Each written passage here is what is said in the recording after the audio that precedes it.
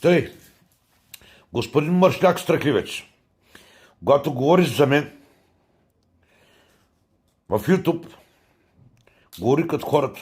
Когато лъжиш за мен, всички мои клиенти ме познават и ме знаят много добре. Но жалкото е там, че аз съм мъж с име, а ти си путка и лижиш путки, и то найбани путки. И то коя путка? Където продаваш жена си и храниш децата си с тях. И децата ти знаят, жена ти каква работа върши. И си бил сводник. И най-вече, че си бил големия тарикат. Бе да го туря на майката в гърлото да го туря. И изтри видеята. Защото по този начин мога да накарам да пръднеш, да знаеш. И като пръдне някой на хуя ми, аз повтарям, то не го забравяй. Да тайба майката бурсук, да тайба израстък, да тайба мързелив.